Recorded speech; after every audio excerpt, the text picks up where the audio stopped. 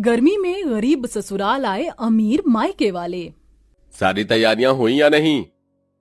Sir, सारी तैयारियां हो गई हैं, लेकिन ये तैयारी हो क्यों रही है? क्या कोई खास आने वाला है? हाँ, हमारी कंपनी के बॉस की बेटी जानवी जी आ रही हैं। अब से वही इस पूरी कंपनी को हैंडल करेंगी। अरे, लगता है वो आ गई। कंपनी के सारे लोग अपनी न्यू बॉस जानवी का स्वागत करते हैं। हेलो, मेरा नाम है जानवी और अब से मैं ही कंपनी को हैंडल करूंगी। पुराने रिकॉर्ड से मुझे पता चला है कि हमारी कंपनी में पिछले कई सालों से काफी लॉस हुआ है, इसलिए अब आप सबको खूब मेहनत करनी होगी और इस लॉस को रिकवर करना होगा। जानवी की बात सुनकर जहां सारे स्टाफ के लोग तालियां बजाते हैं, वहीं स्टाफ में काम कर रहे रोहन और शरद का मुंह बन जाता है। अरे, ये जानवी तो काफी पढ़ी लिखी लग रही है। कहीं इसे पता लग गया कि इतने सालों से कंपनी में जो लॉस हो रहा है उसे हम लोग ही कर रहे हैं, तो जिंदगी भर जेल में चक्की पीसनी पड़ेगी। ऐसा नहीं होगा, इससे पहले ही हम इसका खेल खत्म कर देंगे। शरद रोहन जानवी को मारने का प्लान बनाते हैं। राजीव उनके केबिन के बाहर की सफाई कर रहा होता है, जिसके चलते वो शरद और रोहन की सारी बातें सुन लेता है और भागता हुआ सीधा जानवी के केबिन में जा पहुंचता है। तुम इस तरह बिना परमिशन के मेरे केबिन में कैसे आए? राजीव जानवी को सारी बात बताता है, जिसे सुनकर जानवी को यकीन तो नहीं होता, लेकिन वो फिर भी पुलिस को कांटेक्ट कर लेती है। वहीं शरद और रोहन जैसे ही जानवी को मारने के लिए उसके कमरे में आते हैं, तो पुलिस उन्हें पकड़ लेती है और सीधा जेल में ले जाती है। राजीव, तुम्हारा बहुत बहुत शुक्रिया। अगर तुम ना होते तो शायद आज वो लोग मुझे मार ही देते। ये आप कैसी बातें कर रही हैं? इस कंपनी का मैंने नमक खाया है और मैं अपने जीते जी इस कंपनी में कभी कुछ गलत नहीं होने दूंगा। कहने को राजीव इतनी बड़ी कंपनी में सिर्फ एक मामूली पियून था, लेकिन उसकी बातें सुन जानवी उससे काफी इंप्रेस हो जाती है, जिसके चलते अब दोनों में काफी अच्छी दोस्ती हो जाती है और यही दोस्ती सिर्फ कुछ महीनों में प्यार के रिश्ते में बदल जाती है।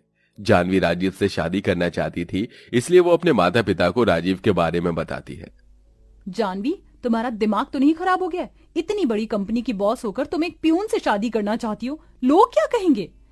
लोग क्या कहेंगे मुझे इससे कोई मतलब नहीं है। मैं राजीव से प्यार करती हूँ और उसी से ही शादी करूंगी। ठीक है, अगर यही तुम्हारा आखिरी फैसला है तो हमारा फैसला भी सुन लो। अगर तुम उस गरीब से रिश्ता जोड़ोगी तो तुम्हें हमसे सारे रिश्ते नाते खत्म करने होंगे। जानवी राजीव से बहुत प्यार करती थी, इसलिए वो अपने माँ बाप से सारे रिश्ते तोड़ देती है। वहीं मुकेश जानवी के सारे क्रेडिट कार्ड को भी ब्लॉक कर देता है। साथ ही साथ राजीव को भी कंपनी से निकाल देता है, जिसके बाद राजीव और जानवी मंदिर में शादी कर लेते हैं। शादी के बाद राजीव के माता पिता और बहन जानवी का घर में गृह प्रवेश करते हैं। क्या हुआ बहू, क्या देख रही है? ऐसे यही ना कि तेरा ससुराल इतना छोटा क्यों है? नहीं माँ जी, ऐसा नहीं है।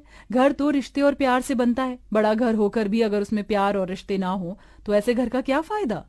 जानवी की बात सुन ससुराल वाले काफी खुश होते हैं, जिसके बाद जानवी की नंद उसे उसके कमरे में लेकर जाती है।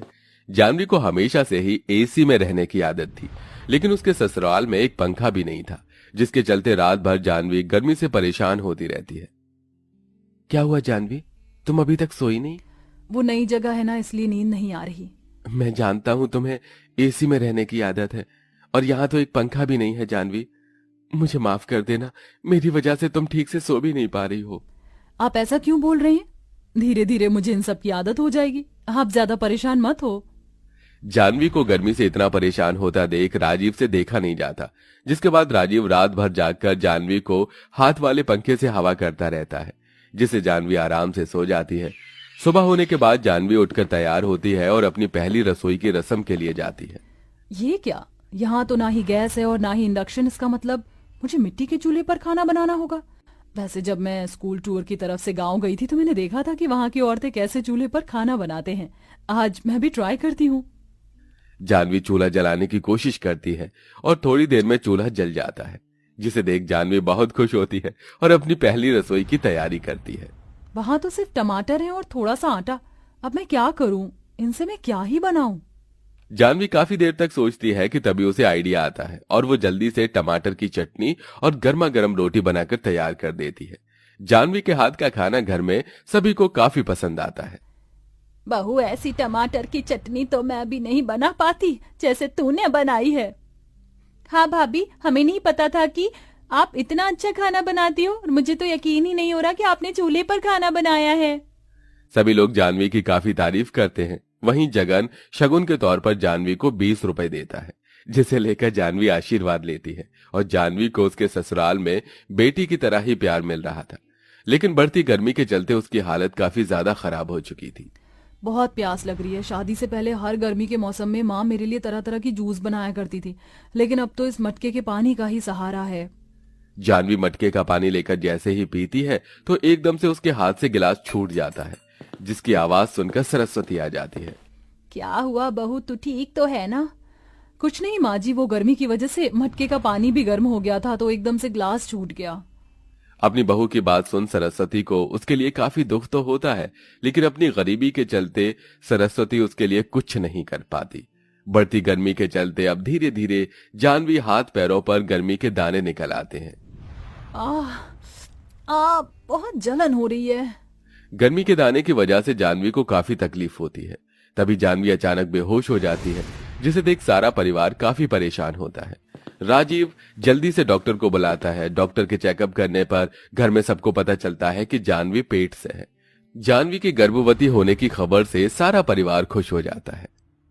बहू, हम गर्भवती है। अब मैं भी तेरे साथ मजदूरी करूंगा ताकि हम सब बहू को अच्छे से ख्याल रखें। इस उम्र में भला आप काम करेंगे? आपको काम करने की कोई जरूरत नहीं है। मैं और राजीव मिलकर सब संभाल लेंगे। लेकिन कैसे बहू? माँ जी, आपने ही तो कहा था ना कि मैं खाना अच्छा बनाती हूँ, तो मैं सोच रही थी कि मैं समोसे और पकौड़े की रेडी खोल लेती हूँ। ज्यादा मेहनत भी नहीं लगेगी और कमाई भी अच्छी खासी हो जाएगी। जानवी की बात सुन राजीव अपने दोस्तों से कुछ पैसे उधार मांग कर आता है। एक किराए पर ठेला लेकर जानवी को समोसे पकौड़े की रेडी खोल देता है और अब जानवी कड़ी धूप में समोसे बेचती है। इतनी गर्मी में गर्भवती अवस्था में खुद को इतना परेशान देख जानवी को अपने बीते कल की याद आने लगती है। बेटा, थोड़ा सा और पी लो। पहले ही आपने इतने सारे फ्रूट्स खिला दिए और अभी जूस। ये सब तुम्हें गर्मी में हाइड्रेटेड रखेंगे। तुम्हें पता है ना कि गर्मी में तुम्हारी तबीयत कितनी जल्दी खराब होती है। अपने बीते पल को याद करते हुए जानवी की आंखों में आंसू आ जाते हैं। तभी उसके सामने से एक बड़ी सी गाड़ी गुजरती है। उस गाड़ी में कोई और नहीं बल्कि उसके माता पिता होते हैं। अपनी बेटी को गर्भवती हालत में धूप में समोसे बेचते हुए देख मुकेश और मेघना की आंखों में आंसू आ जाते हैं। ये हमारी बेटी की क्या हालत हो गई है। सुनिए जी, मुझे मेरी बेटी के पास ले चलिए। मैं उसे अब ऐसी तकलीफ में और नहीं देख सकती। अगले दिन होते ही मेघना और मुकेश सीधा जानवी के ससुराल पहुंचते हैं, जहां वो देखते हैं कि जानवी की सास और नंद जानवी के हाथ पैरों की मालिश कर रहे हैं। बहू, तुझे इतनी धूप में समोसे बेचने की क्या जरूरत है? तू कहे तो मैं और राशि ये काम कर लेते हैं। माँ बिल्कुल ठीक कह रही है। आपने अपनी हालत देखिए। चलिए अब जल्दी से ये दूध पी लो, आपको फिर दवाई भी खानी है। अपनी बेटी की सास और नंद को अपनी बेटी का इतना ख्याल रखता देख मुकेश और मेघना काफी खुश होते हैं। तभी जानवी की नजर अपने माता पिता पर जाती है, जिनको देखकर वो बहुत खुश होती है। पापा, आप लोग आ गए? हाँ मेरी बच्ची, कैसी है तू? तुझे पता है तेरे जाने के बाद हमने तुझे कितना याद किया। माँ पापा, मैंने भी आप दोनों को बहुत याद किया। जानवी अपने माँ बाप से गले मिलकर खूब रोती है, जिसके बाद जानवी अपनी नंद के साथ मिलकर चूल्हे पर अपने माँ बाप के लिए खीर बनाती है। अपनी बेटी को इतनी गर्मी में चूल्हे पर खाना बनाता देख मुकेश और मेघना की आंखों में आंसू आ जाते हैं। जो लड़की खुद से एक गिलास पानी भी लेकर नहीं पीती थी, वो आज इतनी जिम्मेदार बन गई है। जानवी के हाथ की खीर मुकेश और मेघना को काफी पसंद आती है। तभी मजदूरी कर राजीव भी आ जाता है। अरे मैम, सर, आप दोनों यहाँ? मैं तो सोच भी नहीं सकता था कि आप लोग कभी हमारे घर भी आएंगे। मैम सर नहीं बेटा, माँ और पापा कहो। पापा? हाँ बेटा, हमने तुम लोगों को माफ कर दिया। हम सोच भी नहीं सकते थे कि हमारी फूल सी बेटी कभी इतनी जिम्मेदारियां भी उठा पाएगी। हमें तो खुशी है कि इसे शादी ने तुम्हें कितना जिम्मेदार और समझदार बना दिया है। मुकेश और मेघना की बात सुन जानवी बहुत ज्यादा खुश होती है। अब मुकेश राजीव को अपनी कंपनी में एक अच्छी पोस्ट पर रख लेता है और उनके घर जरूरत की सभी चीजें, पंखा, एसी भी लगवा देता है, जिससे अब धीरे धीरे उनके घर के हालात भी ठीक होने लगते हैं। वहीं कुछ महीनों में जानवी एक प्यारी सी बेटी को जन्म देती है और अब वो सभी खुशी खुशी रहते हैं।